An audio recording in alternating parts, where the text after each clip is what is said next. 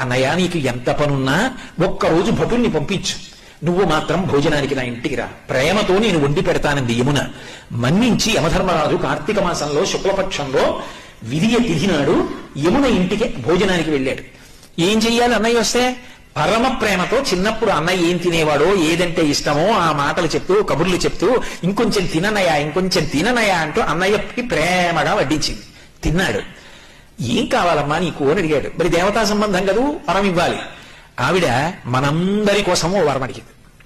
అన్నయ్య ఇది జ్ఞాపకం పెట్టుకుని ఈ తిథి నాడు ఏ అన్నయ్యని, ఏ తమ్ముణ్ణైనా సరే, ఏ అక్క అయినా, ఏ చెల్లైనా ఇంటికి పిలిచి అన్నం పెడితే ఆ అన్నం తిన్నందుకు ఆ అన్నకి కానీ తమ్ముడికి కానీ అపముత్య దోషం లేకుండా చెయ్యన్నయ్యా.